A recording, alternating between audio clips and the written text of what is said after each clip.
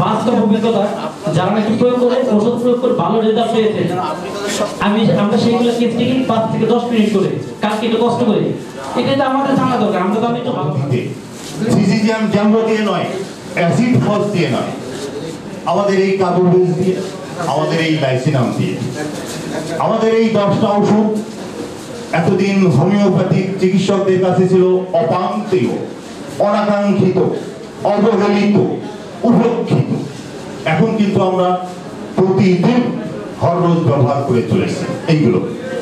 কখনোই আমরা এভাবে করার স্বপ্ন দেখি নাই, কোনো মেডিকায় কোনো ডাক্তারের অভিজ্ঞতায় আমরা পাই নাই তিনি এভাবে ব্যাপকভাবে ব্যবহার করেছেন। নতুন গবেষণায় নতুন প্রয়োগ ক্ষেত্র চলে এসেছে। আমরা অন্ধভাবে কোনো বিশেষ ব্যক্তিকে, কোনো বিশেষ থিওরিকে মেনে নেব না। এটা যদি সত্যি সত্যি 10টা ওষুধের ভিতরে আমি যেগুলো পেয়েছি আমাদের অভিজ্ঞতায়, এগুলো আমাদের অভিজ্ঞতায় চলে আসছে। সেখানে পরে হোক বা কিছুদিন পরে হোক, রোগ ভিত্তিক চিকিৎসা করার অসুবিধা হচ্ছে এটাই। আর মানুষ ভিত্তিক চিকিৎসা কেন আমরা বিশেষ বিশেষ ক্ষেত্রে হায়ার পোটেন্সি দিচ্ছি? যেমন একটা গ্লুকোজ 1 গ্লাস পানিতে, 1 গ্লাস বলতে 200 ml পানি বা 250 ml পানি, এর মধ্যে দিয়ে 10-15 বার ইনফেকশাস জাতীয় রোগ হলে এক্ষেত্রে আরেকটা হচ্ছে আমাদের ফুড হ্যাবিট, খাদ্যাভ্যাস। এরপরে সে তো অনৈতিক জীবনযাপন করে নাই, তার লাইফ স্টাইলে তো সেরকম কোনো পরিবর্তন হয় নাই, তার ডায়াবেটিস কেন হচ্ছে? জেনেটিক্যালি চলে আসছে ডায়াবেটিস। তাহলে এই যে ভয়ঙ্কর ডায়াবেটিস, আমরা চিকিৎসা বিজ্ঞানের সমন্বয় সাধন করতে চাই। বিজ্ঞান শুধু একটা বিশেষ চিকিৎসা পদ্ধতির মধ্যে সীমাবদ্ধ থাকে না, বিজ্ঞান কিন্তু একটা বিশেষ গ্রন্থের মধ্যে সীমাবদ্ধ থাকে না। বিজ্ঞানের বহুমুখী পথ ভেতর একটু চলাফেরা করতে, তাহলে কি আমরা এই নবধারার চিকিৎসা পদ্ধতিকে ফলো করবো না? এ পর্যায়ে আমাদের অতিথিদের বরণ করার পালা। প্রথমে বরণ করার জন্য জনাব হোসেন শওকত, জেলা প্রশাসক, ভারপ্রাপ্ত।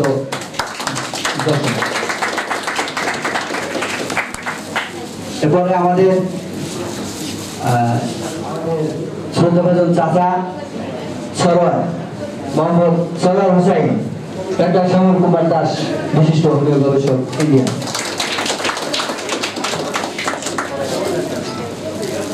এরপর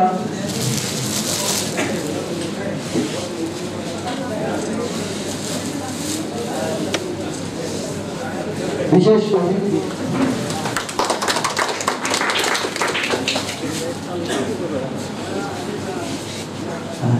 এরপর মহিদুর রহমান স্যারকে, মহিদুর রহমান স্যারকে পুলিশ সম্বোধনা দেবেন তৃপ্তি রানী বিশ্বাস। তৃপ্তি রানী।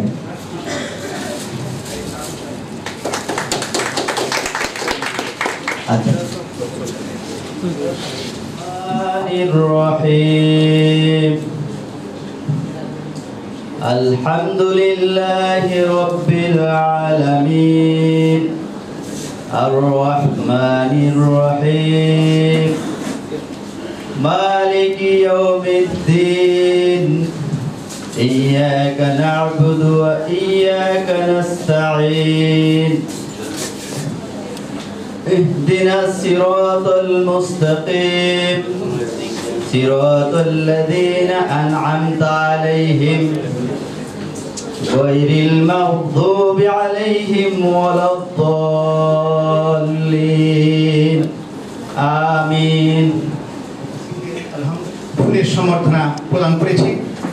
এরপর আজকে এই কর্মশালা অনুষ্ঠানে শুভেচ্ছা বক্তব্য দেওয়ার জন্য professor doctor A K. Mohidur Rahman সাহেবকে আমি একান্তভাবে অনুরোধ করছি।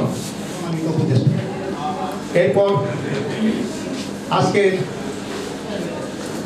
যার আকর্ষণে আপনারা এখানে উপস্থিত হয়েছেন, এই কর্মশালায় যারা ডেলিগেট হয়েছেন তাদের সবাইকে ধন্যবাদ জ্ঞাপন পূর্বক আমি আজকের আলোচক ডাক্তার শ্যামল কুমার দাসকে একটু পরিচয় করে দিতে চাই। আপনারা তার পরিচয় অনেকেই জানেন, কিন্তু যারা নতুন ডেলিগেট হয়েছেন তারা কেউ কেউ তার পূর্ণাঙ্গ পরিচয় আপনারা জানেন। আমাদের ডাক্তার শ্যামল কুমার দাস ওপার বাংলার একজন বিশিষ্ট হোমিও গবেষক এবং চিকিৎসক। শুধু চিকিৎসকই নয়, তিনি সকল চিকিৎসক। হোমিওপ্যাথি এই তথ্যগুলি বিভিন্ন ইংলিশ মিডিয়ামের প্রখ্যাত চিকিৎসক, তিনি আমাদেরকে ভালোবাসেন। এপার বাংলার সকল মানুষকে তিনি ভালোবাসেন। আমাদের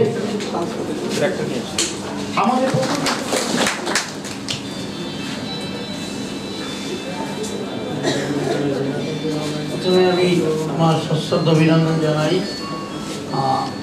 সরকারের প্রতিনিধি, জেলা প্রশাসক জনাব মোহাম্মদ হুসাইন সরকার সাহেবকে। তারপর আমি আমার অভিনন্দন জানাই হাফিজুর রহমান সাহেবকে, এম.কে. মজিদুর রহমান সাহেবকে, এম.কে. বহার সাহেবকে এবং সভাপতি মনোজ হোসেন, আরও যারা উপস্থিত রয়েছেন মঞ্চে, নাম আমি ঠিক বলতে পারবো না। তার থেকেও বেশি করে আমি সবাইকে আমার আন্তরিক অভিনন্দন জানাই, যাদের উপস্থিতিতে আজকের অনুষ্ঠান সমৃদ্ধ হয়ে উঠেছে। তাদের আগ্রহকে আমি সম্মান করি, শ্রদ্ধা করি। তারা না এলে এই সমস্ত আয়োজন মিথ্যা হয়ে যাবে, তারাই মধ্যমণি আমি মনে করি। সাহেব যা বলেছেন, আমার আগে স্যার যা বলেছেন, আমি সেই কথা সূত্র ধরে বলতে চাই। হোমিওপ্যাথি একটি বিজ্ঞান, বিজ্ঞানের যে কথাটা তিনটি শব্দ দিয়ে বোঝানো যায়, এক্সপেরিমেন্ট, অবজারভেশন, ইনফারেন্স। স্যার খুব সুন্দর বললেন কি রোগী ভালো করলেই আমাদের উদ্দেশ্য সিদ্ধ হয় না। আমরা সব প্যাথির সমস্ত ডাক্তারবাবুরাই আমরা রোগীদেরকে সুস্থ করি, কিন্তু এর পরে কিছু বলার আছে। সেটা হলো সুস্থ কি, জ্বর হয়েছিল, জ্বর সেরে গেছে, কথাটা ঠিক হলো না। কথাটা ঠিক হবে জ্বর হয়েছিল, জ্বর সেরে গেছে, ছেলেটি ভীষণ রাগই ছিল, রাগটাও রিজনেবল, মানে যুক্তিযুক্ত হয়েছে। আগে সে উগ্রতার মধ্যে নেই। তো ওষুধটা হবে সেই বিষয়টাকে কেন্দ্র করে। তাহলে অবজারভেশন, এক্সপেরিমেন্ট, অবজারভেশন, ইনফারেন্স, যেখানে ঠিকঠাক পাওয়া যাবে না সেটা বিজ্ঞান নয়। জ্বর অনেকভাবে ভালো হয়, বলা আছে জ্বর সর্দি ওষুধ না দিলে 7 দিন, আর ওষুধ দিলে 1 সপ্তাহে সেরে যায়। তো তাহলে অনেক অসুখ আছে যার কোনো ওষুধই লাগে না। কিন্তু আমরা জ্বর সারবার ডাক্তার নই। 2 দিন ধরে সেটাই আমি বলবার চেষ্টা করব, জ্বরের জন্য ওষুধ দেওয়া হবে না। যদি জ্বরের জন্য ওষুধ দেই, জ্বর সারবে। Striving for the result of the disease causes changes in the result of disease, সেরে যাবে, but not in the sickness। মানে তার মানে ব্যাপারটা কি হলো, জ্বরের জন্য 2 ভাবে ওষুধ দেওয়া যাবে, not in the sickness except to hurry its progress। তাহলে ব্যাপারটা হলো আমরা সব থেরাপিউটিক সিস্টেমের ডাক্তারবাবুরা একটা রোগী এলে, জ্বরের জন্য একটা রোগী এলে আমরা ওষুধ দিই সবাই, অ্যালোপ্যাথ হোক, হোমিওপ্যাথ হোক, আয়ুর্বেদ হোক, আমরা ওষুধ দিই এবং জ্বরও সেরে যায়। কিন্তু ঋষিকুল, বিশেষ করে কেন সাহেব কিন্তু অন্য কথা বলেছেন তুমি যে কোনো কারণে কাউকে ওষুধ দিলে সে ভালো হয়ে যাবে। সব থেরাপিউটিক সিস্টেম, আমি কোনো হোমিওপ্যাথ অ্যালোপ্যাথের কিছু বলিনি। আমি বলেছি যে কোনো থেরাপিউটিক সিস্টেম কোনো সমস্যার জন্য কোনো রোগী এলে ওষুধ দিলেই ভালো হয়ে যাবে। এটা মিন করে না মেডিসিনটা ঠিক হয়েছে। তার মানে তাহলে পরে কি আছে? পরে আছে জ্বরের জন্য ওষুধ দিলে জ্বর সারবে, কিন্তু জ্বালা গেল কি, মানে হলো এই মানুষটি জ্বর সেরে গেছে কিন্তু অফিস যেতে চাইছে না, বাচ্চাটি স্কুল যেতে চাইছে না, বাচ্চাটি আঁকার ক্লাসে যেতে চাইছে না, জ্বর তো ভালো হয়ে গেছে। ডাক্তারবাবুর ডিউটি তো জ্বর সারানো না, জ্বর সারানো ডাক্তারবাবুর ডিউটি নয়। ডাক্তারবাবুর ডিউটি হলো মানুষ সারা, মানে হলো আমার বাচ্চাটিকে যতই মারি যতই বকি কিছুতেই পড়তে পারবে না, আমার বাচ্চাটিকে কিছুতেই স্কুলে নিয়ে যেতে পারবো না। যখনই নিয়ে যাই, যেই পিছনে ফিরে চলে আসে ও কাঁদতে শুরু করে, ওর কাছে বসে থাকতে হবে, জানি না কি ভয়ও পায়। তাহলে এখন তো জ্বর হয়নি, তো গার্জিয়ান কি করে, বাচ্চাটাকে বেটা মাস্টারমশাই কি বলে দিয়েছে যেমন খুশি মারুন আমার বাচ্চাকে লেখাপড়া শেখান।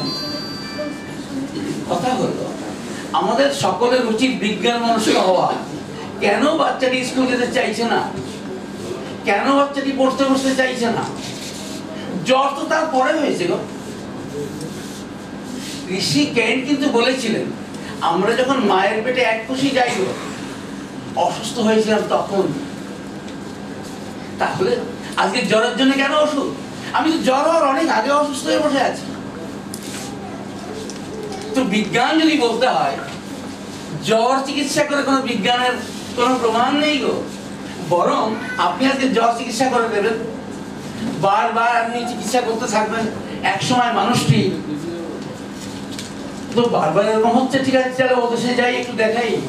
ওখানে গিয়ে দেখা গেল লিভারে কি ছোট ছোট গ্রোথ হয়েছে, ওভারিতে ছোট ছোট গ্রোথ হয়েছে, ইউটেরাসে ছোট ছোট গ্রোথ হয়েছে। এসব তো কিছু ছিল না।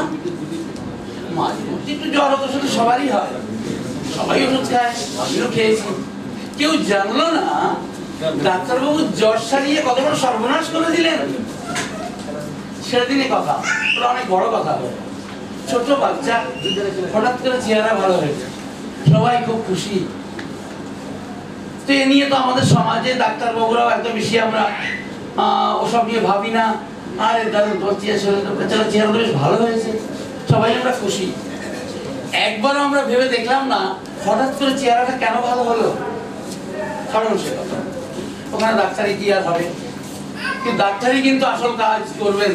হঠাৎ কেন চেহারা ভালো বিজ্ঞানের সাধক হই না, হোমিওপ্যাথির কোনো কথা হবে। আমি যদি বিজ্ঞানের সাধক হই, একজন চিকিৎসক, আমার উচিত আমাকে পড়াশোনা করে সেইখানে পৌঁছে যেখান থেকে আমি শুধু ওষুধ দেওয়ার জন্যে আমাকে সরকার লাখ লাখ টাকা খরচা করে ডাক্তার বানায়নি। আমাকে ডাক্তার বানিয়েছে সমাজটাকে সুস্থ সুন্দর করে দেওয়া। কারণ আমারই ভুলে একটি ছেলে আজ অ্যান্টি সোশ্যাল হয়ে গেছে, আমারই ভুলে একটি ছেলে ধর্ষক হয়ে গেছে, আমারই ভুল ওষুধের জন্য একটি ছেলে চরিত্র নষ্ট হয়ে গেছে, আমারই ভুলে। সমাজ জানে না, তাই আমাদেরকে মানে না। সমাজ যেদিন জানতে পারবে এটা শুধু ডাক্তারের ভুলে হয়েছে, সেই ডাক্তারকে তো ডাক্তার মানবেই না, মেরে ফাটিয়ে দেবে, ডাক্তার তারা উঠিয়ে দেবে। আর সমাজের 1 নম্বর নাগরিকের সম্মান আর পাওয়া যাবে না। শুধু সাধারণ মানুষ জানে না এটা ডাক্তারের ভুলে হয়েছে, কেউ বলে না। কোনো ডাক্তার বলা যেন একদিন আমার ঘরে মাথায় পড়বে বাস। আমরা প্রতিদিন এই নোংরা কাজগুলি করে চলেছি শুধুমাত্র জ্ঞানের অভাবে, পড়াশোনার অভাবে। আমরা ধরে নিয়েছি আমরা পাস করে গেছি, মানে আমার সার্টিফিকেট আছে, কাউকে মেরে দেওয়া। আমি অনুরোধ করি আপনি যদি পড়াশোনা করেন আপনিও জানতে পারবেন কি জন্য আমাকে কত গভীরে গিয়ে ভাবতে হবে। আমরা কিন্তু জ্বর সারাবার ডাক্তার নই, আমরা গলা ব্যথা সারাবার ডাক্তার নই, আমরা হাঁটু গিট সারাবার ডাক্তার নই, আমরা ডায়াবেটিস সারাবার ডাক্তার নই।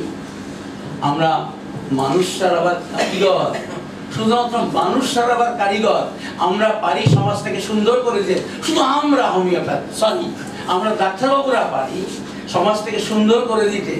আমরা পারি সুনাগরিক গড়ে দিতে, আমরা পারি সুন্দর একটা দেশ গড়ে দিতে। শুধু আমরা পারি। সরকার কোটি কোটি টাকা দিয়ে কিচ্ছু করতে পারবে না। আমার মনোযোগী থাকে চৌর্যবৃত্তি। আমি যে পেশায় থাকি না কেন 10 কোটি টাকা স্যাংশন হয়ে গেছে, আমি যদি আগেই ঠিক করে নিই আমি কতটুকু সরাবো, তাহলে আমার দেশের উন্নতি কোনোদিন সম্ভব নয়। ফলে সরকার দেশকে কিছু করতে পারে না, সুনাগরিকরা করতে পারে। আমরা সুনাগরিক গড়বার কারিগর। আপনারা সেই শপথ দিন, আমি সেই বিদ্যা অর্জন করব যা দিয়ে সমাজ গড়ব, দেশ গড়ব, পৃথিবীটাকে স্বর্গ বানিয়ে ছাড়ব। ধন্যবাদ।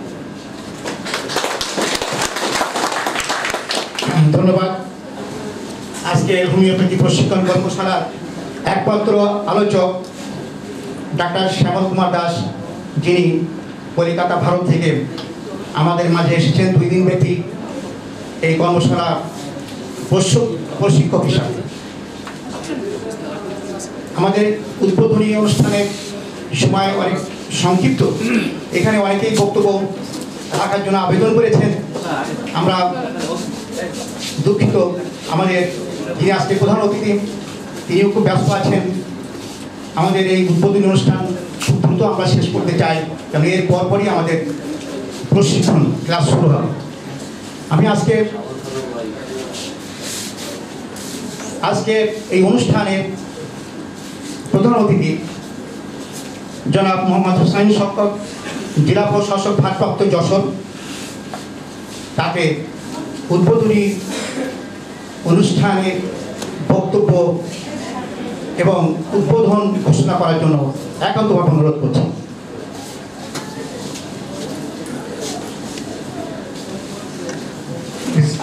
বিসমিল্লাহির রহমানির রহিম। আন্তর্জাতিক হোমিওপ্যাথি প্রশিক্ষণ কর্মশালার আজকের এই উদ্বোধনী অনুষ্ঠানের সম্মানিত সভাপতি, আমার পাশে উপবিষ্ট আমাদের ওপার বাংলা থেকে আগত বিশিষ্ট হোমিওপ্যাথি চিকিৎসক ও গবেষক ডক্টর শ্যামল কুমার দাস, অন্যান্য বিশেষ অতিথিবৃন্দ এবং সারা দেশের বিভিন্ন জায়গা থেকে আগত হোমিওপ্যাথি চিকিৎসা সেবার সাথে জড়িত সম্মানিত ডাক্তারবৃন্দ, সবাইকে আমার সালাম ও শুভেচ্ছা জানাচ্ছি। আপনারা 2 দিন ব্যাপী যে কর্মশালা এখানে এসেছেন, আমি মনে করি যে অত্যন্ত চমৎকার একটি সুযোগ এসেছে আপনাদের সামনে। আমি কিছুক্ষণ আগে ডাক্তার শ্যামল কুমার দাসের যে ছোট্ট বক্তব্য সেটি কিন্তু তন্ময় হয়ে শুনছিলাম।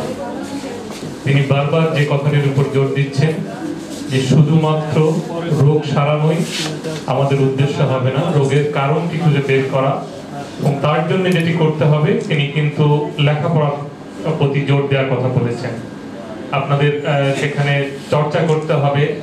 আমাদের উপস্থাপক একবার বলেছেন যে আমরা শুধু সিলেবাস ভিত্তিক যতটুকু পড়া সার্টিফিকেট অর্জনের জন্য শুধু যদি এর মধ্যে সীমাবদ্ধ থাকি তাহলে কিন্তু আপনি সঠিক চিকিৎসাটি দিতে পারবেন না।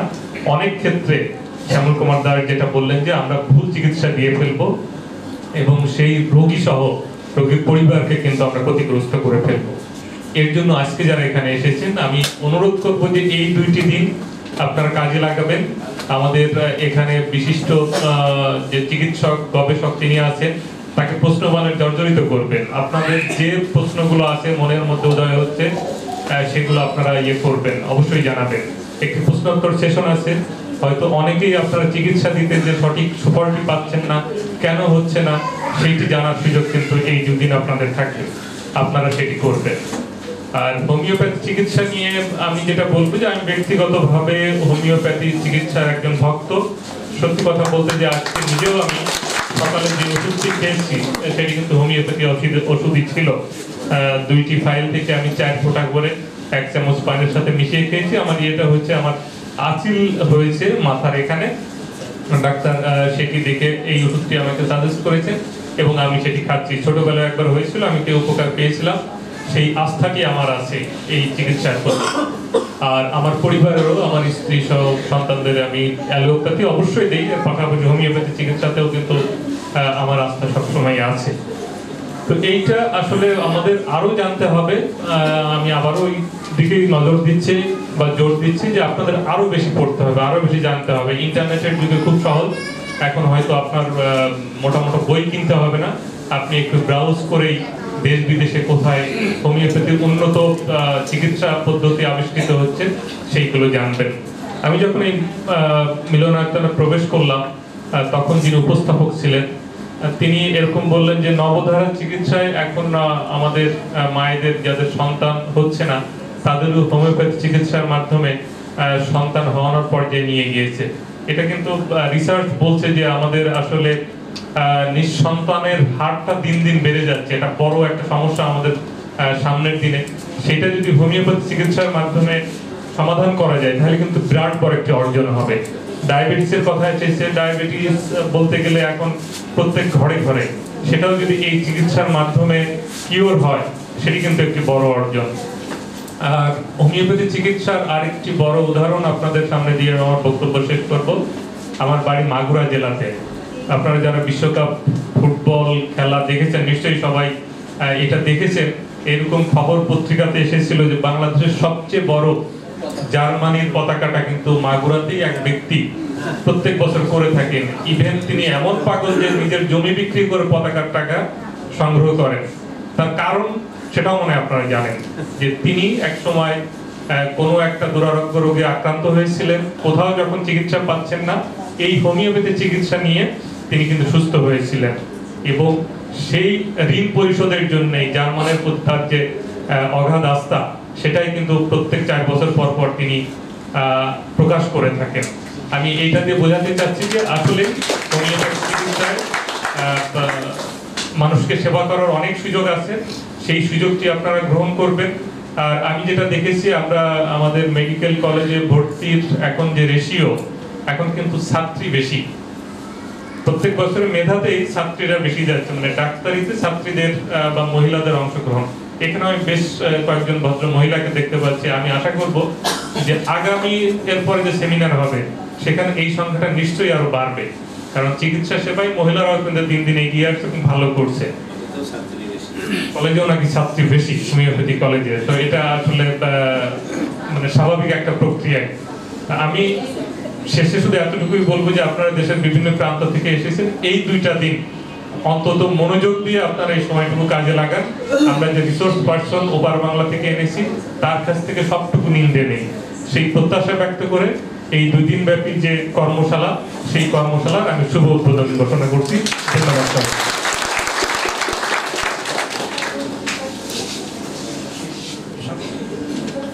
আজকে প্রধান অতিথি জনাব মোহাম্মদ হুসাইন শওকত, জেলা প্রশাসক ভারপ্রাপ্ত যশোর, আমাদের মাঝে উপস্থিত থেকে আমাদের এই কর্মশালাকে সহযোগিতা করেছেন, উৎসাহিত করেছেন, প্রেরণা জুগিয়েছেন। এজন্য সংগঠকদের পক্ষ থেকে আমি তাকে প্রাণ ঢালা অভিনন্দন জানাচ্ছি। সেই সাথে সাথে আজকের এই উদ্বোধনী অনুষ্ঠান শেষ ঘোষণা করছি। এরপরে আমাদের প্রশিক্ষণ ক্লাস শুরু হবে। আমরা 5 মিনিটের জন্য একটু বিরতি নিতে চাচ্ছি। সবাইকে ধন্যবাদ। স্যার,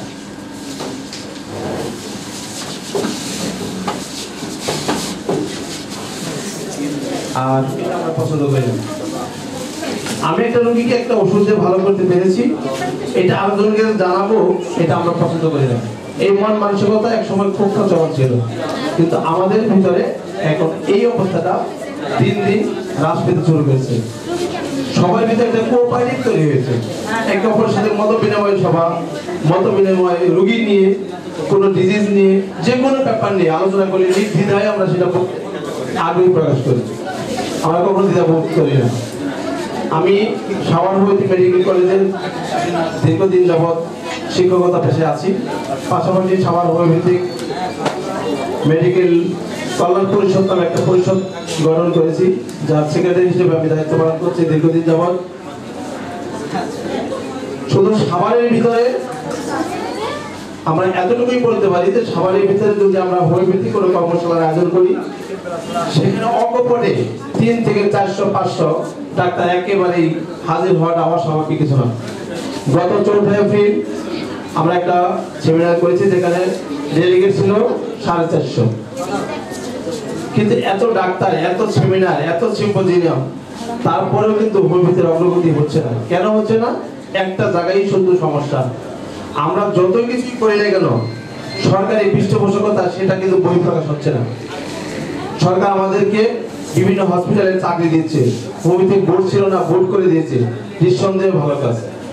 কিন্তু যারা শিক্ষকতা পেশা আছেন দীর্ঘদিন যাবৎ, শিক্ষকদের কিন্তু অবমূল্যায়ন করা হচ্ছে, শিক্ষকদের কিন্তু সেভাবে সম্মান করা হচ্ছে না।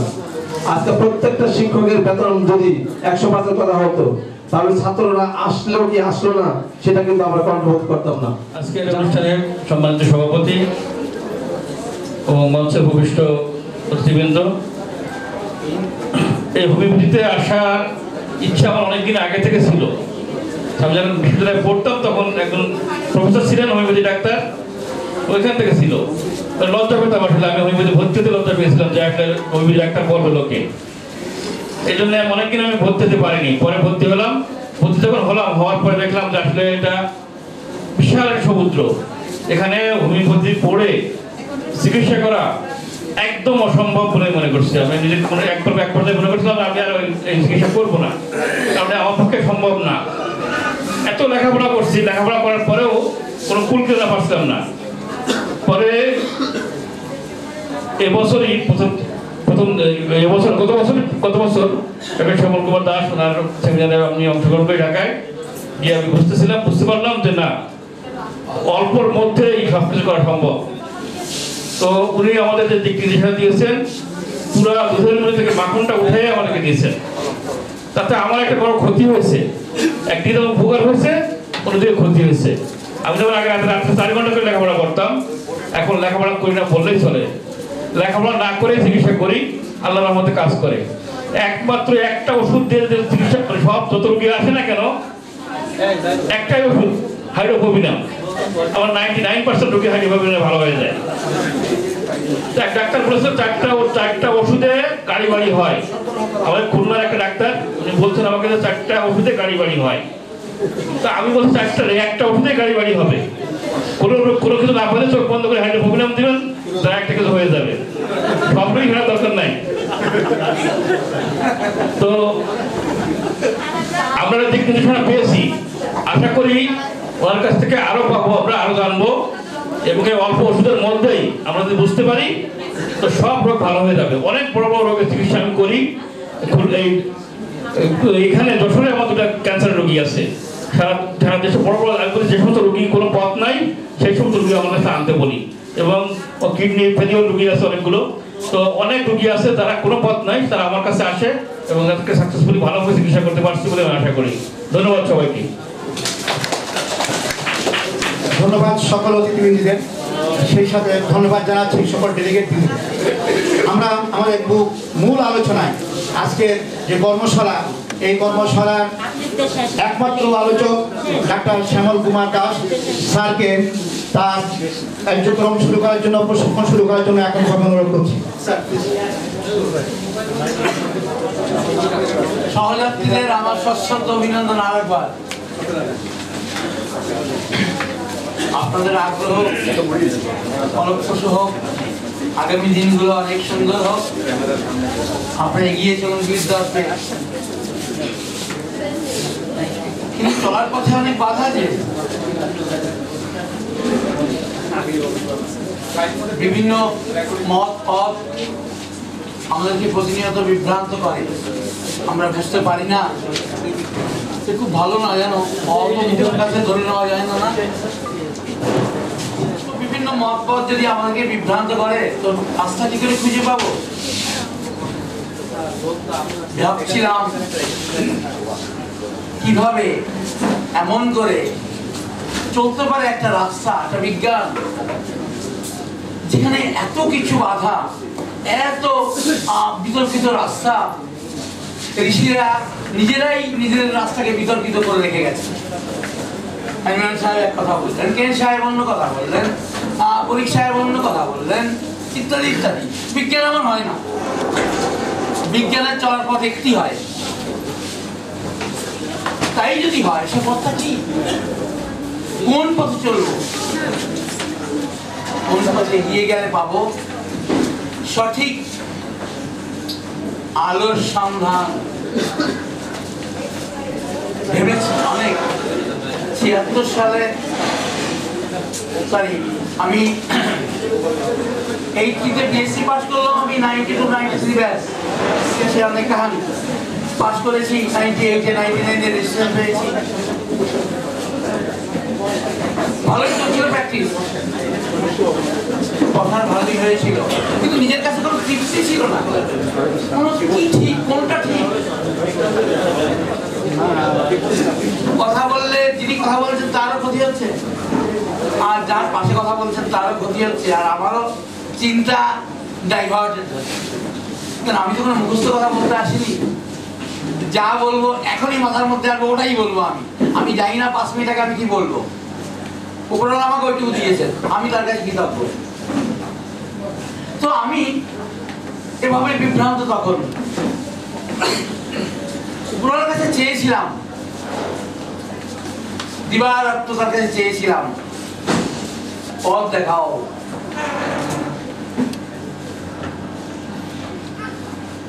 চাওয়াটা ছিল করুন এক আরতি। আমি মনে করি সেই আরতি তার কানে পৌঁছেছিল, তিনি দিয়েছেন। আমি সেটা আপনাদের কাছে শেয়ার করতে এসেছি। আমি ঠিক কি ভুল, আমি তো সাহায্য নিয়েছি ঋষিকুলকে। এবার আপনাদের দায়িত্ব সেইটাকে আত্মীকরণ করে ভুল আর ঠিক আপনাদের মুখ দিয়ে বেরিয়ে আসুক। ভুল না ঠিক, কিন্তু কোনো বিতর্কিত পথ হওয়া চলবে না। বিতর্কিত পথে কখনো খুশি মনে এগিয়ে যাওয়া যায় না, পাওয়া যায় না সত্যের সন্ধান। ফলে আপনাকে বোল্ডলি সিদ্ধান্ত নিতে হবে কোনটা সঠিক, কেন সঠিক, কোনটা সঠিক নয়, কেন নয়।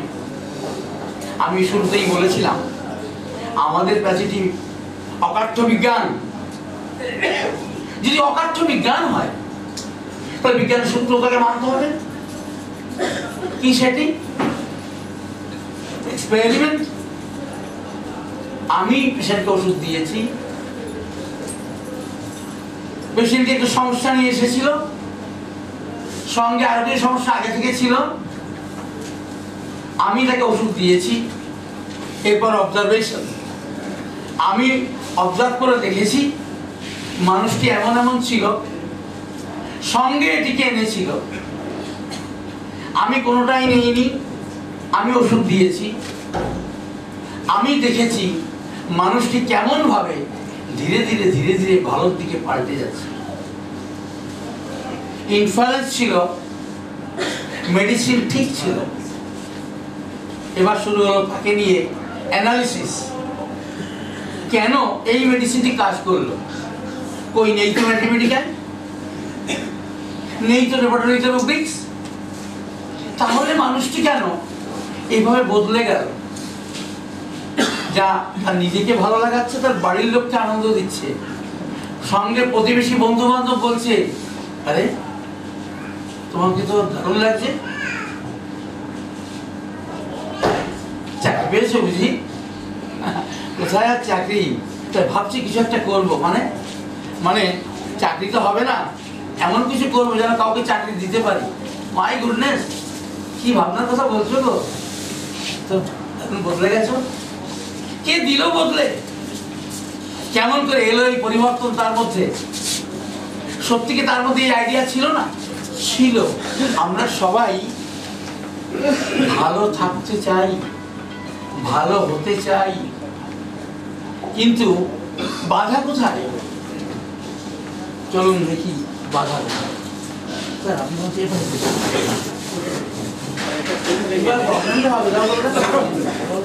চেয়েছিলাম, কিন্তু হলো না কেন? আমরা খুঁজি সেই রহস্য। তাহলে কিন্তু পরে যশোর জিনিস দিয়ে যাবে, গলা ব্যথা, দাঁত ব্যথা, মাথা ব্যথা, কান ব্যথা সব ঠিক হয়ে যাবে। আগে আমরা খুঁজি কেন হলো না। চেয়েছিলাম সবকিছু ভালো ভালো ভালো, কিন্তু হলো না, থমকে যেতে হলো। তা জানেন আমার ছেলেটা তো কি ভালো ছিল লেখাপড়ায়, অঙ্কে 100তে 100, বাংলায় 98, 99, ইংরেজিতে 91, 92। কি হলো দেখুন, সেটা তখন পড়তেই চাইছে না। সবার ক্ষেত্রে এই কথাটা সমানভাবে প্রযোজ্য। ভেবেছিলাম এক, হয়ে গেল আর এক। কেন? আমরা সেই রহস্য খুঁজবার সমাধান দেখি কি রাস্তা আছে। কেমন কেন ভালো থেকে ভালো হতে পারলাম না, কেন খারাপ হয়ে গেলাম?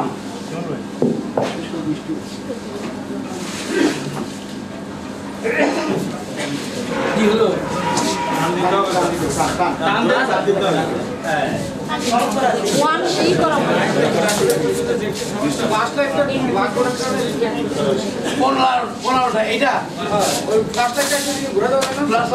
আবার একটু বন্ধ রাখুন তো দেখি, বন্ধ রাখুন ক্যামেরাম্যান, ফ্ল্যাশ লাইটটা বন্ধ করে শুধু ক্যামেরা ফেলুন। ওই ক্যামেরার লোক কই? আপনি ফ্ল্যাশ লাইট বন্ধ করে শুধু ক্যামেরা ফেলুন। আচ্ছা,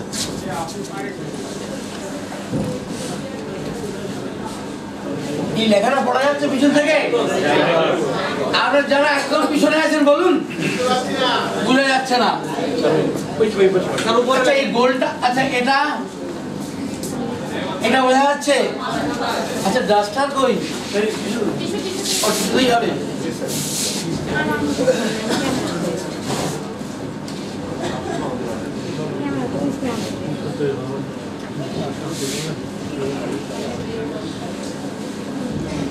এটা বোঝা যাচ্ছে পিছনে একদম বোঝা যাচ্ছে, যাচ্ছে বেশ ধন্যবাদ। দেখতে পাচ্ছি না, কে বললেন? এখান থেকে দেখা যাচ্ছে না, আলো দিতে হবে। আচ্ছা এই আলোগুলো দিন, কে আছে?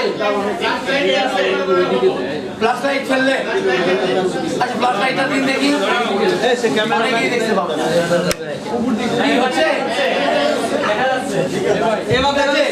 কে দেখতে পাচ্ছে? 22 প্লাস এক্স আর 22 প্লাস ওয়াই, যে কোনো একটা গ্যামেট আমাকে উপহার দিয়েছিলেন আমার বাবা, আমার মা আমাকে উপহার দিয়েছিলেন 22 প্লাস ওয়াই। এটা আপনার সবার জানা আছে। এর যে কোনো একটার সঙ্গে মিলে গেছিল, মিলে কি হয় মেয়ে হয়েছিল না ছেলে হয়েছিল। যদি আমি বোধহয় ভুল করলাম, ঠিক আছে,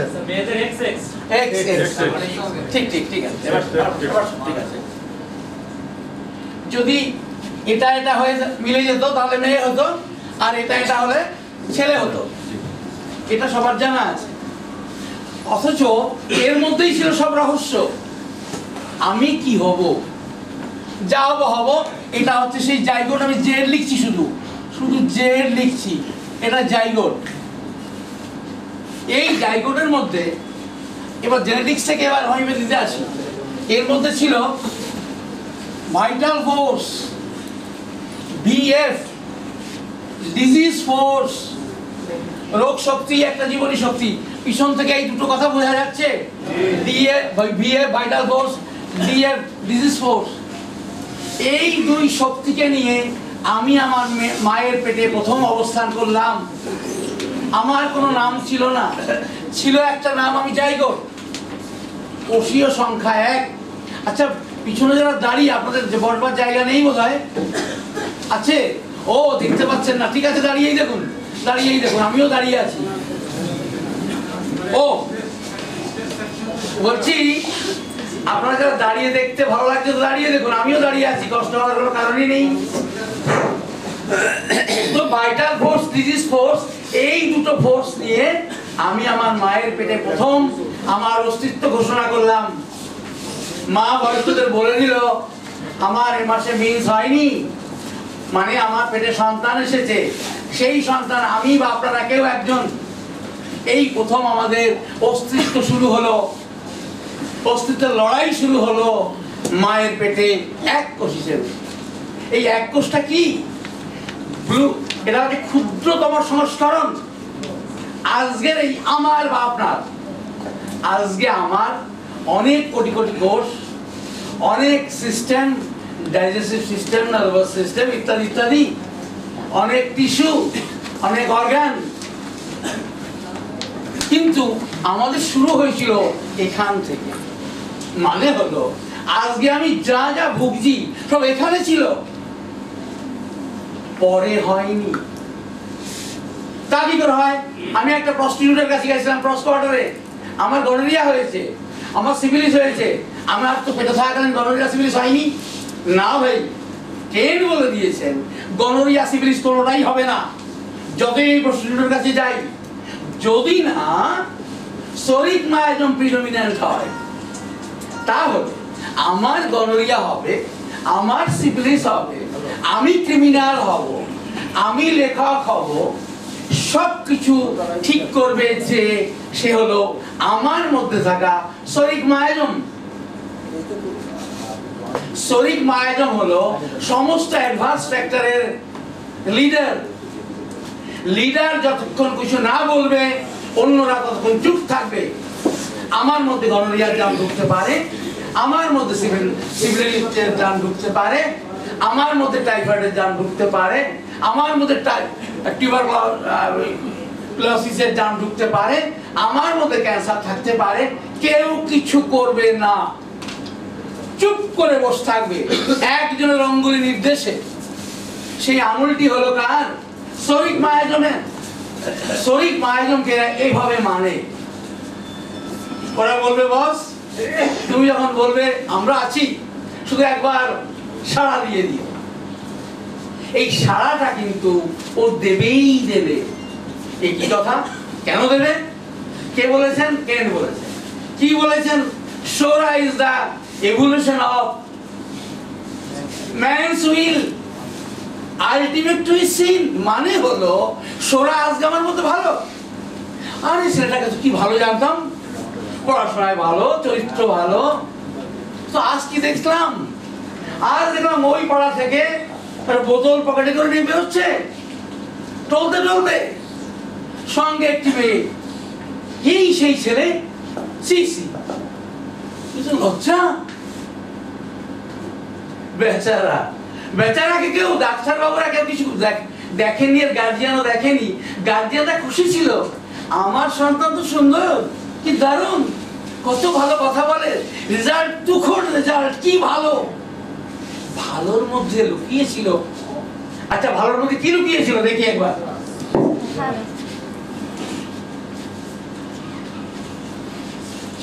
গোটা টাকা যাবে না, যেহেতু জায়গা নেই। 6টা সাইকেল আঁকবো আমি, এটা মুছে দিচ্ছি।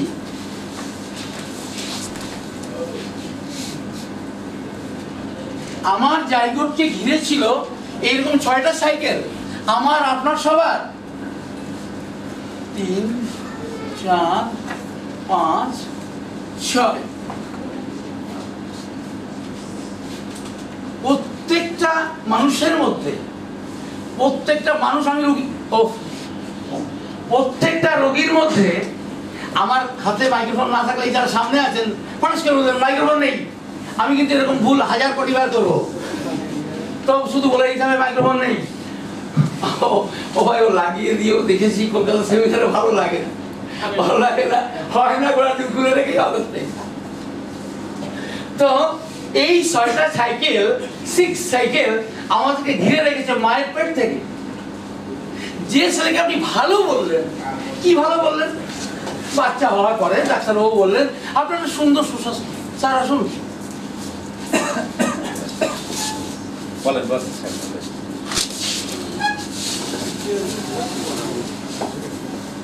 সুস্বাস্থ্যবান সন্তান হয়েছে, বা তাই বললেন আপনার একটা সুন্দর সুস্বাস্থ্যবান সন্তান হয়েছে, আমরা বিরাট খুশি। সত্যি কি সুস্বাস্থ্যবান ছিল? এতগুলো অ্যাডভান্স একটা দিয়েছিল আমাকে, কোথায় সুস্থ গো? একদিন সে আজকে সুচরিত্রবান হলেও একদিন সুচরিত্রবান থাকবে না, এটাই নিয়ম। ওটা আমার কথা নয়, বলেছেন স্টেট অফ ম্যানস উইল, মানুষের ইচ্ছার উদ্বর্তনই সোরা। কিন্তু সেই ইচ্ছার উদ্বর্তনটা কি রকম? একদিন না একদিন ও নিন্দনীয় কাজ করবেই করবে। মানে হলো একদিন না একদিন আমি অসুস্থ হবই হব, তাই যতই ভালো থাকি না কেন। আরে ডাক্তারবাবু, আমি তো ভালো ছিলাম, আমি 501 কেজি মাংস আমার কাছে কথা ছিল না, আমি দৌড়ঝাঁপ করেছি, আমি ব্যায়াম করেছি, আমার সোনার মেডেল আছে, সেই আমার কিনা শেষ পর্যন্ত এই অসুখটা হলো। এটা কেন হলো? এ তো হওয়ার কথা ছিল না। এবার বলুন তো, হওয়ার কথা ছিল না? ছিল। আমরা সবাই 6টা সাইকেলকে নিয়ে এসেছি। একটা একটা সাইকেলের নাম ভাবুন, PS মানে সোরা। বেশি তো লেখা যাবে না, আবার নিচে থেকে দেখতেও পাবে না ওরা দূর থেকে। আমি উপরে উপরে লিখছি। এই প্রথম সাইকেলটাকে আমি সোরা বলছি, PS সোরা। আপনারা না লিখতে পারলেও লিখে নিন, মানে এর থেকে বেশি বড় করে লেখা যাবে না। সোরা, সাইকোসিস, সিফিলিস মানে সিফিলিটিক মায়াজম, শরিক miasm, psychotic miasm, syphilitic miasm, psora সাইকোসিস, tubercular diathesis, PTS post trauma syndrome, PRS post rabies syndrome. এই 6টা সাইকেলকে নিয়ে আমরা আমরা পৃথিবীতে সরি মায়ের গর্ভে আমার অস্তিত্বকে ঘোষণা করলাম, মা আমি আসছি। মা খুশি হয়েছিল জেনে উনি মা হতে যাচ্ছেন, কিন্তু সত্যি সত্যি খুশি ছিল না, কারণ আমি সেই সন্তান যে 6টা অ্যাডভান্স ফ্যাক্টরকে সঙ্গে নিয়ে এসেছি। কোথা থেকে পেলাম? এসব মন করা কথা কোথায় পেলেন? এই কথা প্রথম কে বলেছিলেন? হ্যানিম্যান বলেছিলেন। কোথায়? ক্রনিক ডিজিজে 143 পেজে। আপনারা যখন আমার এই বইটা নেবেন, কিনবেন, লেখা 63 64 পেজ, ওগুলো আমি টুকে দিয়েছি, অবিকল টুকে দিয়েছি, আমি কিছু মতো বিকৃত করিনি। তো কি হলো না, হ্যানিম্যান 143 ক্রনিক ডিজিজ পার্ট 1 এ এই কথা বললেন। এরপরে বললেন অ্যাফোরিজম 81 এ অর্গাননে। এরপরে কেন্ট বললেন সোরা চ্যাপ্টার 1 চ্যাপ্টার 2 তে আমরা পৃথিবীতে এসেছি এমনই কিছু নিয়ে। তবে দুঃখের বিষয়, উইথ ডিউ রেসপেক্ট টু স্যারদের সময় পিআরএস এবং পিটিএসসি এ কোনো আইডিয়াকে কাজে লাগানো হয়নি। ওটা শুধুমাত্র উপরওয়ালা আমাকে দিয়েছেন। আমি ভাগ্যবান, আমি চেয়েছিলাম কায়মুল্লাহকে, কেঁদেছিলাম তার কাছে, পথ দেখাও। উপরওয়ালা আমাকে দিয়েছেন, আমাকে হতাশ করেননি যে তার প্রমাণ আপনারা পাবেন যখন পিআরএস কে বুঝবেন। পিআরএস নিয়ে আমার বিভিন্ন লেখাটা না পৃথিবীতে কোনো বইতে লেখা হয়নি। ওটি উপরওয়ালা আমার হাত দিয়ে লিখিয়েছেন বিভিন্ন ম্যাগাজিনে। আপনার 96 পেজ এইরকম পাবেন, 96 পেজ। যারা গোপালগঞ্জ পর্যন্ত আমার পেপারস পেয়েছেন তারা সব নেওয়ার দরকার নেই, তারা নেবেন। তারপরে 3টে ধারাবাহিক বেরিয়েছে আমার, 3টে লেখা, 3 রকম লেখা, সেটা আপনারা নেবেন। আর যারা কোনো সেমিনারেই অ্যাটেন্ড করেননি, মানে গোপালগঞ্জের আগে পর্যন্ত অ্যাটেন্ড করেছেন, গোপালগঞ্জ থেকে করেননি, তারা সবগুলি নেবেন। সেখানে আমার লেটেস্ট ভাবনা চিন্তার ফসল যা উপরওয়ালা আমাকে দিয়ে লিখিয়েছেন, আপনারা সেগুলি পড়বেন এবং তার খারাপ ভালো তার সমালোচনা অবশ্যই করবেন। সরাসরি ফোনে আমার কার্ড নিয়ে যাবেন এবং কোথায় আপনি ফেল করবেন সেই কথাগুলি প্লিজ আমাকে বলবেন। এই জন্য আমি যেন এগিয়ে যেতে পারি। ঘন্টা কি 12 ঘন্টা আমি এ নিয়ে লড়ছি। ভাবুন 98 থেকেই ভাবুন, ওধারে 18 বছর, ওধারে 2 বছর, 20 বছর। আপনার সঙ্গে 20 ঘন্টাও কথা বলবো না। ফলে এই 20 ঘন্টা যদি 20 বছরেরটা দিতে চান, সেটা হতাশ হওয়ার কোনো কারণই সম্ভব নয়। কিন্তু লেগে থাকলে উপরওয়ালা আমাকেও যেমন দিয়েছে আপনাকেও দেবে, আমি বিশ্বাস করি। আপনি জোর করে কেড়ে আনবেন আপনার অধিকারে। আমি কষ্ট করছি, তুমি দেবে না কেন? এই অধিকারে কেড়ে আনতে হবে আপনাকে। তো চলুন আমরা আগে বাড়ি এবং খুঁজবো এই লেখাগুলির মধ্যে কি আছে। উপরওয়ালা আমাকে দিয়ে কি লেখালো? এমন কোন কথা লেখালো যা বইতে লেখেনি কেউ? না, হ্যানিম্যানের সময় লেখা হয়নি, না কেন্টের সময় লেখা হয়নি। হোমিওপ্যাথি শাস্ত্রে, হোমিওপ্যাথি লিটারেচারে নতুন করে সংযোজন হবে, সে হোক আমি বেঁচে থাকতে, হোক আমি মরে গেলে, কিন্তু সংযোজন হবেই হবে। কারণ এ ধারণা হোমিওপ্যাথি সমাজে ছিল না। সেটা আপনারা পড়লে এবং কাজে লাগালে বুঝতে পারবেন কি সেই কথা। তো এই 6টা সাইকেল নিয়ে আমরা পৃথিবীতে এসেছি। আমরা সুস্থ থাকতে পারি না। কি করে সুস্থ থাকা যেত? যদি আমি আমার ভাইটাল ফোর্স যে কারণে দুর্বল হয়, এবং ভাইটাল ফোর্স দুর্বল, একটা কথা বলে দিই, এই শরীরিক মায়াজম এখন তো রিসেসিভ স্টেটে আছে, মানে সুস্থ অবস্থায় আছে, তাই আমাকে বলা হলো আমি সুস্থ। আমার ছোট্ট সন্তান যে 5 মিনিট আগে জন্মেছে সুস্থ। এই সুস্থ শব্দের মানে কি?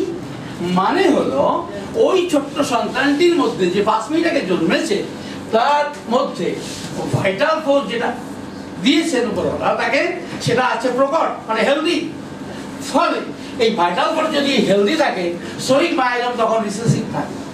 শরীরিক মায়াজম যদি রিসেসিভ থাকে, অন্য সমস্ত অ্যাডাপ্টার বাকি 5 জন ওরা চুপ করে বসে থাকবে। কারণ লিডার বলেছে, উস্তাদ বলেছে, আমি যতক্ষণ আঙ্গুল না দেখাবো চুপচাপ বসে থাকবি। সোজা কথা, সোজা মানে ভাই কোনো জটিল কিছু নেই। উস্তাদ বলেছে আমি যখন বলবো তখন উঠে আসবি, আমি যতক্ষণ কিছু না বলবো চুপচাপ থাকবি। এই যখন সোরা এই চুপচাপ থাকতে বলেছিল, তখন ডাক্তারবাবু বলেছিলেন আপনার সুন্দর সুস্বাস্থ্যবান সন্তান হয়েছে। কিন্তু দেখুন, সুস্বাস্থ্যবান তো পৃথিবীতে সম্ভব নয়। কারণ কারণ কে বলেছেন? হ্যানিম্যান বলেছেন দুই জায়গাতে, একটা হচ্ছে অর্গাননে আর একটা হচ্ছে ক্রনিক ডিজিজে। কোথায় কোথায় বলেছেন বইটাই পেয়ে যাবেন। ওনারা বলেছেন শত সহস্র প্রজন্ম ধরে। তাহলে একটা ছোট্ট কথা বলি, আমার বয়স 60 বছর, কিন্তু আমি বলি আমার বয়স 60 কোটি, মানে কম করে বললে কেন? আমার বাবা আমাকে দিয়েছেন, তা বাবার বয়স কত সেটি আমার যোগ হলো। আমার বাবাকে ওটা তার বাবা দিয়েছিলেন, ওটা যোগ হবে আমার ক্ষেত্রে। তার বাবা তার বাবা তার বাবাটা যোগ হবে। তাহলে 60 কোটি যদি বলি আমার বয়স, তাহলে কম বলা হলো।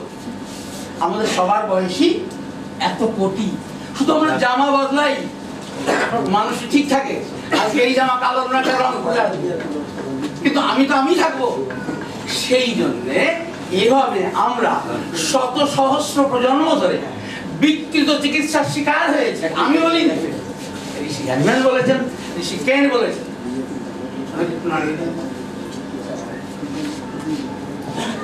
একটি আমি স্যারকে বিরক্ত করলাম, আপনাদেরও বিরক্ত করছি।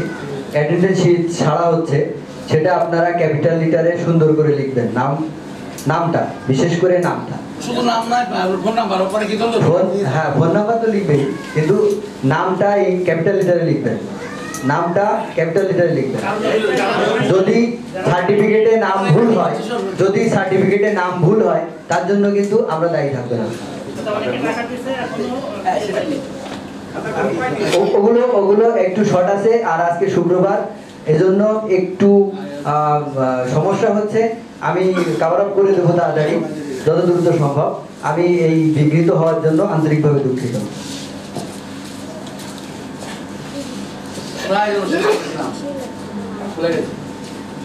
কি বললাম? কোটি কোটি বছর। আমাদের বয়স কোটি কোটি বছর। এবং ঋষি বললেন, ঋষি হ্যানিম্যান বললেন এগুলো হয়েছে শত সহস্র প্রজন্ম, ইংরেজিটা এরকম, শত সহস্র প্রজন্ম ধরে আমরা বিকৃত চিকিৎসার শিকার হয়েছি। তাই আজ অসুখের এত রূপ, এত তার ছদ্মবেশ। আমরা দেখাই আমরা সুন্দর সুস্থ আছি, কিন্তু ভিতরে থাকে এত কিছু। এভাবে আমরা পৃথিবীতে আসি, এলাম তো এলাম, সবাই খুশি, সুসন্তান হয়েছে, সুস্বাস্থ্যবান। কিন্তু কিছুদিন যেতে না যেতে বাচ্চাটির এটা হলো, বাচ্চাটি সেটা হলো, বাচ্চাটি এরকম রাগী হলো, বাচ্চাটি একদম নুয়ে থাকে, বাচ্চাটি ভয়ঙ্কর দুষ্টু। শোনো বেটা, তোর ক্ষতি আমারও সবার। কি বললাম?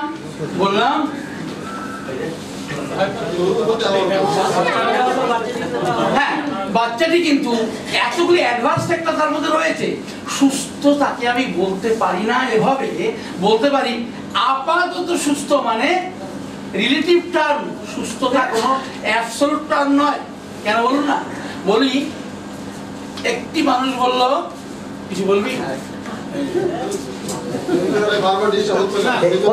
কতজন আছেন তারা কলম ফাইল পাননি? কতজন আছেন? ভালো লাগছে না, ঠিক আছে, কিন্তু যারা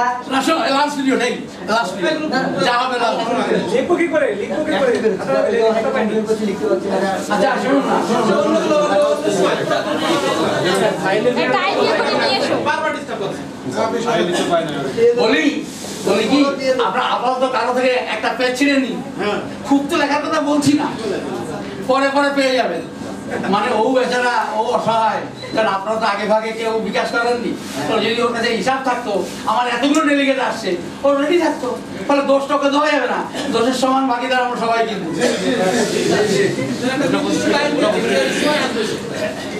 যদি আবার কোনোদিন আমাকে ডাকেন, তাহলে যখনই আপনারা ওয়েবসাইটে বা ইয়েতে দেখবেন বিজ্ঞাপন, সঙ্গে সঙ্গে বিকাশ করে দেবেন। তখন না পেলে যা কিছু শাস্তি তখন আমার মাধ্যমে ওকে দিয়ে দেবো। আমি কিছু কথা বলবো, আর যদি না করেন তাহলে আপনাকে শাস্তি আপনাকে দিতে হবে। এটা বলছিলাম কি জানো, ওটা তো হয়ে গেছে। মানে হ্যাঁ, বাচ্চার এটা হয় সেটা হয়, ভয়ঙ্কর রাগী, কখনো ভয়ঙ্কর ঠান্ডা, বৃদ্ধের মতো বসে আছে। তো এই যে বিকৃত চরিত্র, বিকৃত অ্যাক্টিভিটি কারো প্রকাশ পেল 8 ঘন্টার মধ্যে জন্মবাদ, তুমি হচ্ছে ভয়ঙ্কর নাকি? শুনুন একটা কাহানি। মা বলছে ও আমার পেট থেকে বেরিয়ে যাওয়ার পরে আমি ওয়াশরুমে গেছি পরিষ্কার হতে, এবার ঘুরে এসছি, ঘুরে এসে দেখি বাচ্চা কাঁদছে। আমাকে যিনি ছিলেন অ্যাসিস্ট করতে উনি বললেন তোমার বাচ্চাকে দুধ দাও। আমি দুধ দিচ্ছি, ও দিচ্ছে না। আমি তো কোনোদিন মা হয়নি, আমি জানি না কেন নিচ্ছে না। উনি বললেন আরে বুঝছো না তোমার বাচ্চা ভীষণ রাগি হয়েছে, একটু মাথায় হাত বোলাও, ঠিক নেবে।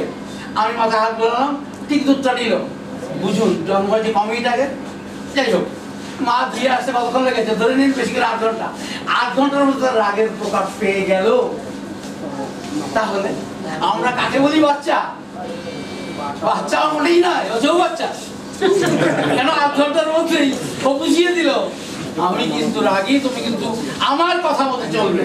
আমি কাঁদলেই দুধ দেবে, আমি কাঁদলেই বিছনা পাল্টাবে, আমি কাঁদলেই করে তুলে নেবে। যদি দেরি করেছ আমি তোমার কোলে উঠবো না, দুধ খাবো না, কি করবো। এটাও বলতে চাইল কান্না দিয়ে। তাহলে কেন কোথেকে এলো? আরে এটা তো ছিলই ভাই, প্রকাশ পেয়েছে আপনার 5 বছরে, আমার 3 বছরে, ওর 8 ঘন্টায়।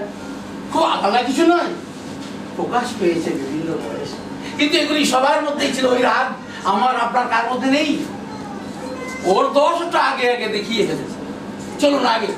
তাহলে আমাদের মধ্যে এই জিনিসগুলি থাকার জন্য আমার মধ্যে বিভিন্ন বিকৃতি বিভিন্ন বয়সে দেখা দেয়।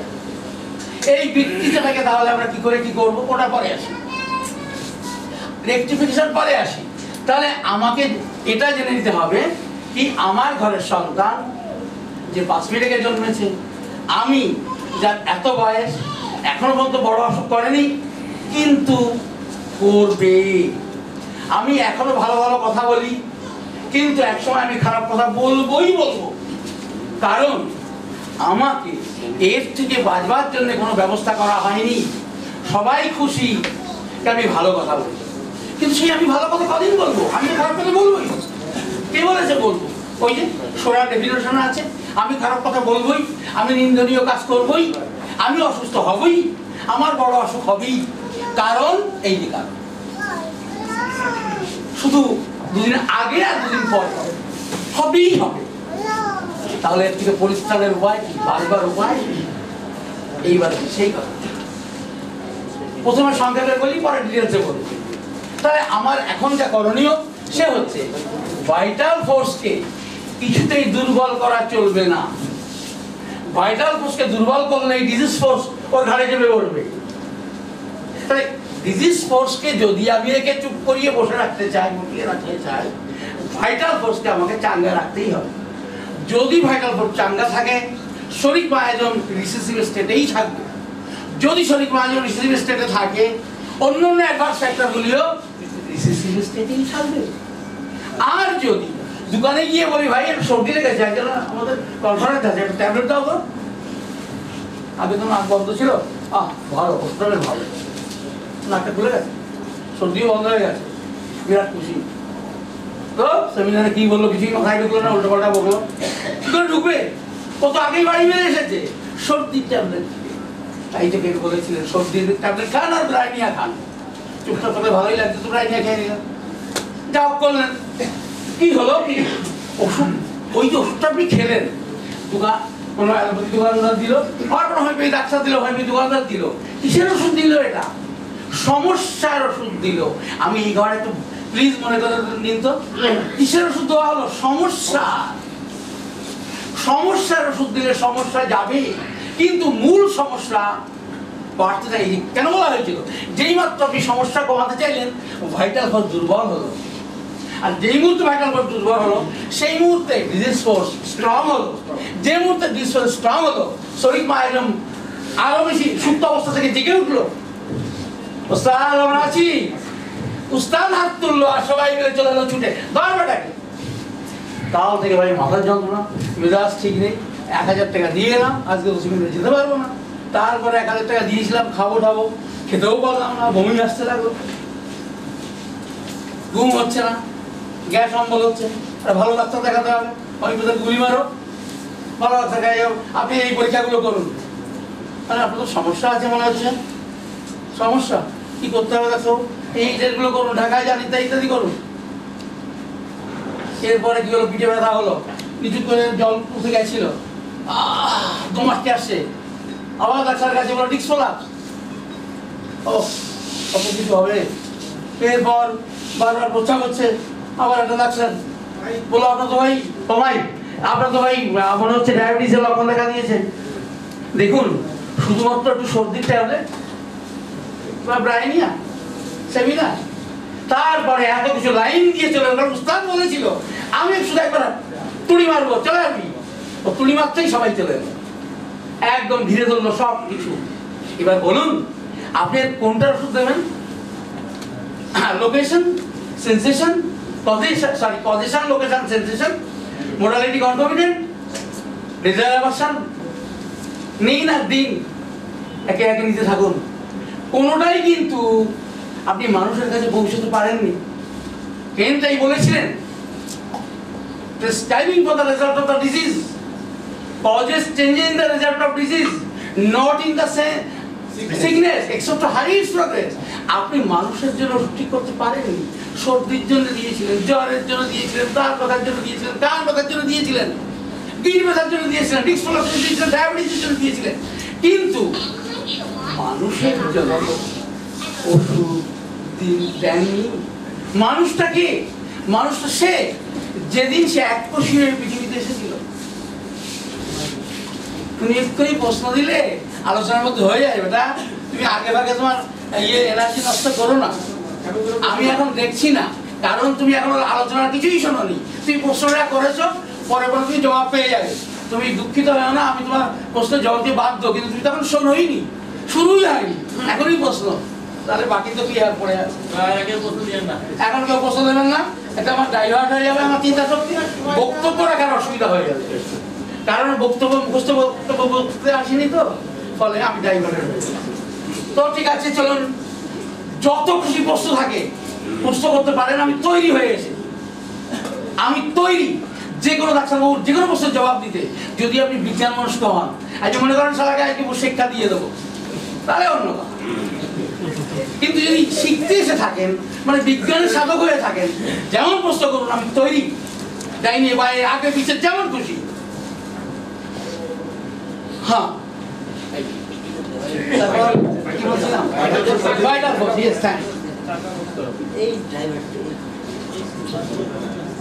তাহলে আমার ভাইটাল ফোর্সকে কিভাবে আমি চাঙ্গা করব?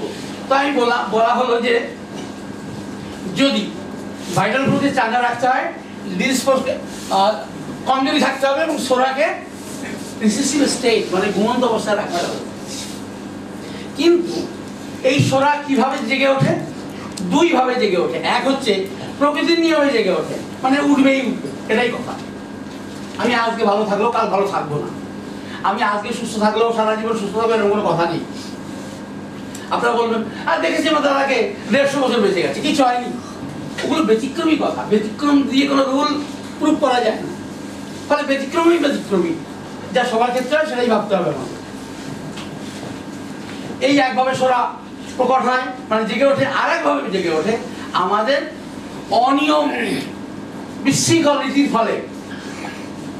কালকে পায়খানা হয়নি, আজকে একটা কিছু পেয়ে শুতে হবে, কোনো সেই চূর্ণ খাক আর নাক ভূমিকা মাদার খাক, যা হোক কিছু খাবে, কালকে পায়খানা হয়ে যাবে।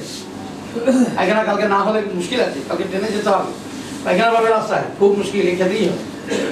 এই যে বিভিন্ন বিশৃঙ্খল ধ্যান ধারণা, এবং কি হলো, আমাকে রাস্তায় যাওয়ার পথে একজনটা গালাগালি করতে, আমি আমার যে সোরা সুপ্ত অবস্থা থাকতো, আমি বলতাম আরে পাগলে কিনা বলে সব, যেহেতু আমার সোরা আমার মধ্যে জেগে আছে, ওটা ব্যবস্থা করতে হবে। ওর একদিন কি আমার একদিন, হয় আমি থাকবো দুনিয়ায়, নাও থাকবে। কি আরে ভাই একটা লোক একটা কথা বলেছে, কাকে বলেছে কি বলে, ওসব শুনতে চাই না ভাই, হয় ও থাকবে না আমি থাকবো। মানে হলো সোরা জেগে আছে, সোরা তৈরি লড়াইয়ের জন্য। ওস্তাদ বলেছে ভাই আমি যখনই ডাকবো চলে আসবি, ওস্তাদ বললাম। আমরা যে অসুস্থ হই ভাই, সেটা কিন্তু আমার মধ্যে সব মজুদ ছিল। তাই আমরা ডিজায়ার ভার্সন মডেলটি কাজে লাগাবো না, ওই পথটি একটা সহজতম রাস্তা, কিন্তু ওরা মানুষকে সুস্থ করা যায় না, শুধু রোগ ব্যাধিকে, সমস্যাকে ঠিক করা যায়, মানুষটিকে না। মানুষটিকে ঠিক করতে গেলে আপনাকে এইখানে আসতে হবে। এই মানুষটিকে বুঝবো কেমন করে? মানুষটিকে কে এই মানুষ, কি তার পরিচয়, কোন ড্রাগ হয়ে দুনিয়া এসছে? আরো কথা আছে। যদি আপনি সত্যের সাধক হন, তাহলে যাদের বিয়ে হয়নি তাদের বাচ্চা কি হতে যাচ্ছে যদি জানতে পারে থাকেন, এরা দুজনের এদের সম্পর্ক আছে, এরা বিয়ে করবে, সন্তান সন্ততি হবে। যদি সেই সন্তান সন্ততি হয় তাহলে সে কোন ড্রাগের হবে সেটাও আপনি আজ বলতে পারবেন, যদি আপনি সত্যের সাধক হয়ে থাকেন। না ম্যাথমেটিকা আর রেপার্টরি না, ওটা বাদ দিয়ে। ম্যাথমেটিকা রেপার্টরি তো সব লেখা হয়নি। হ্যাঁ, আমি লিখেছি আমার ম্যানেজমেন্ট, মানে যা পাবেন আপনারা। আপনি যদি এটাকে ভালো করে রপ্ত করেন, আপনিও বলতে পারবেন স্যার আমিও জানি ওটা নিয়ে আপনার দরকার নেই, আমিও বলে দিচ্ছি। ও হয়েছে, তাই আমি লিখে দিই। আমি ওইটি বলতে, আপনি বলুন এই যে ছেলেটি এই মেয়েটিকে ভালোবাসে, এদের বিয়ে হতে যাচ্ছে, এদের বাচ্চা কি হবে আর কি হবে না আপনাকে আজ বলতে হবে।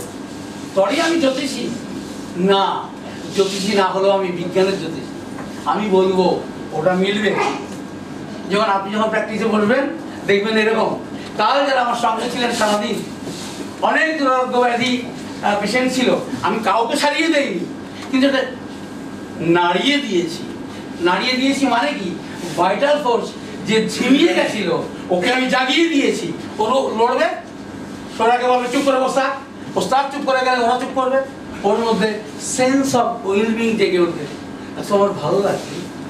এটা ক্যান্সারকে আপনি কি করবেন? সত্যি 8 ঘন্টা 1 ঘন্টা 10 বছর 1 বছর 5 বছর, ও তো ওটাই ক্যান্সার।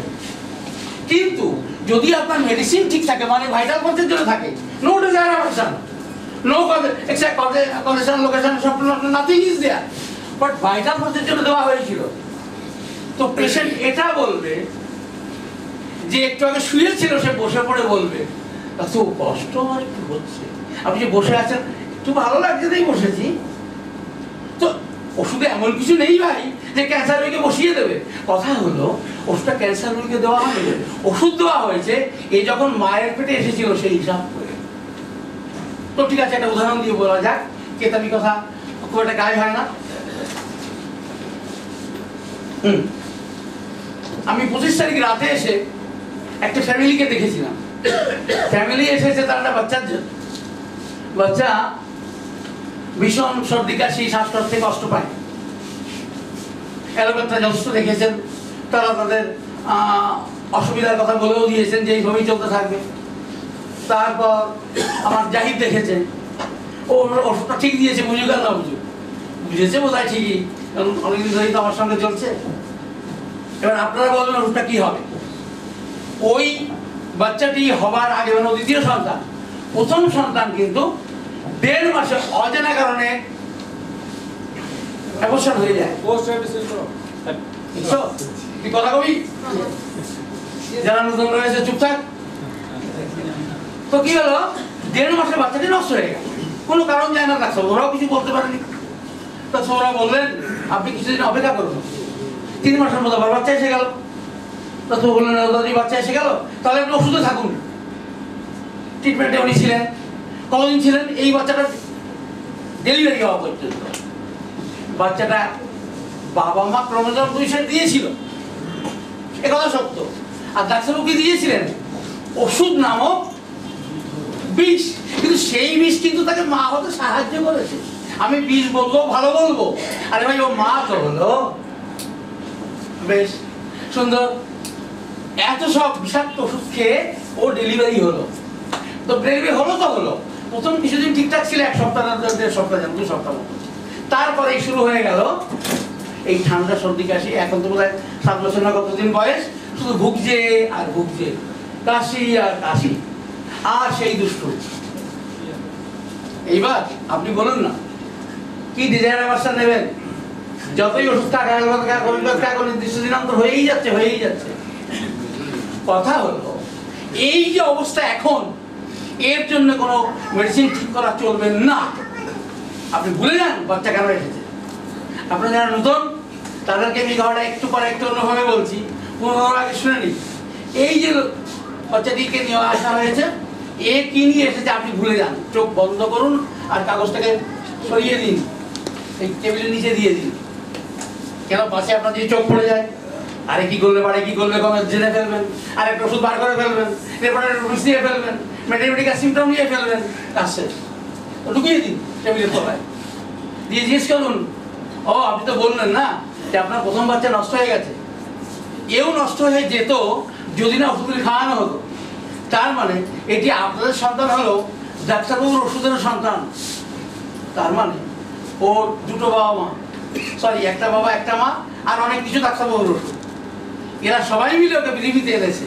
এই সবাই মিলের জায়গায় যে হবে সে হলো ওরও মরে যাওয়ার কথা ছিল। মানে এটা হলো পোস্ট ট্রেভিস সিনড্রোম। কেন? একটি মেয়ে পরিণত বয়সে বিয়ে হয়েছে, স্বামী সহবাস করেছে, ওর বাচ্চা হবে 10 মাস গর্ভে থাকবে, তারপর ডেলিভারি হবে। কেন 2% নষ্ট হলো? মানে হলো ওর রক্তে একটা ভয়ঙ্কর বিষ আছে, যে বিষ জরায়ুটাকে কমজোরি করে দিয়েছে, সার্ভিক্সটাকে দুর্বল করে দিয়েছে, দুর্বল সার্ভিক্সের সুযোগে ও বেরিয়েছে কোনো কারণ ছাড়াই। আপনার ডিউটি কি হবে? যদি ওই মহিলাকে আমার সঙ্গে দেখা হতো ওই বাচ্চা আসবার আগে, আমি তাহলে ওকে ওই ওষুধ দিতাম। কেন ও এই অল্প বয়স একটি মেয়ে, ওর সার্ভিক্স কেন দুর্বল হলো, কেন বাচ্চা বেরিয়ে এলো? তাহলে নিশ্চয়ই ওর মধ্যে কোনো ভয়ঙ্কর বিষ আছে যে সার্ভিক্সের মুখটাকে দুর্বল করে দিয়েছে। সে সুযোগ তো পাইনি, কিন্তু এখন পেলাম বাচ্চাটার জন্য। তাহলে বাচ্চাটাকে কি দেওয়া হয়েছে? জাহিদ দিয়েছে হাইড্রোভিনাম, আমি আসবার আগেই। এবং বাচ্চা এখন ধীরে ধীরে ধীরে ধীরে অনেকটাই বদলে গেছে। তো ওরা আমার কাছে কেন এসেছিল? জাহিদই নিয়ে এসেছিল কনফার্মেশনের জন্য, যে তুমি তোমার ওস্তাদকে দেখাও, তুমি কি ওটা ঠিক দিয়েছো তো। তাহলে ভাবুন একবার, কোথায় ডিজায়ার অবশ্যই, কোথায় মোরালি, কি সুযোগ আছে এক্ষেত্রে? নাথিং ইজ দেয়ার, কিচ্ছুতে কিছু করা যায়নি। তাই তো শেষ পর্যন্ত জাহিদের কাছে এসছে। জাহিদ তো ছোট বড় একটা মানুষ, ওটা ধরি না ডাক্তার কেউ মানে। তো মানে ওষুধ মানায়, যখন আপনারাও করবেন, আপনাদের তো মানুষ ডাক্তার তো নয় ফেরেশতা। আমার মৃত বাচ্চাকে বাঁচিয়ে দিয়েছিল, ফলে আমি তাকে ডাক্তার মনে করি না, আমি মনে করি উপরওয়ালা তাকে পাঠিয়েছিল আমার সন্তানকে সুস্থ করতে। তো তাহলে আপনাকে এটি জানতে হবে কি ছিল হাইড্রোভিনামের মধ্যে। হাইড্রোভিনাম বলতে কি বোঝায়, পোস্ট ট্রেভিস সিনড্রোম বলতে কি বোঝায় পরে আসে, যারা নতুন তাদের জন্য।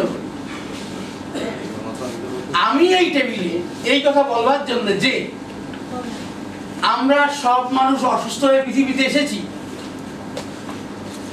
কেউ বুঝিয়েছিল জন্মলগ্নে, কেউ বুঝিয়েছিল মায়ের পেটে থাকছে, কেউ বুঝিয়েছিল 5 বছর বয়সে, কেউ 10, কেউ 15, কেউ 20, কেউ 25, কেউ 90, কিন্তু বুঝিয়েছিল।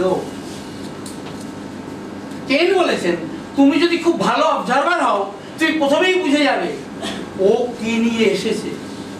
আর আমি বলি, আপনি যদি ভালো সত্যের সাধক হন, ও মায়ের পেটে আসার আগে আপনি বলতে পারবেন কি হতে যাচ্ছে এ সন্তান, আগাম বলে দেবেন আপনি।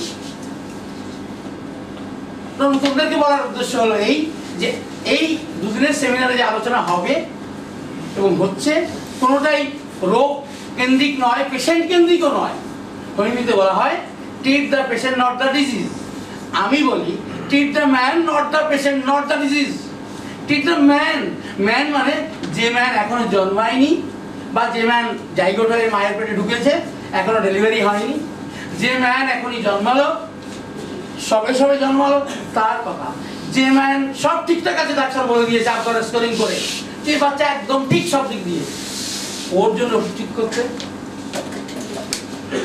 তাহলে আমাদের চলার পর একটু ভিন্ন, রুগী নিয়ে চলা নয়, কিন্তু ডিজিজ পড়তে হবে। আমি বরং বলি আপনি রোগকে দেখুন আর মানুষকে দেখুন, পেশেন্ট বাদ দিন, তাহলে চলার পথটা অনেক সহজ হবে।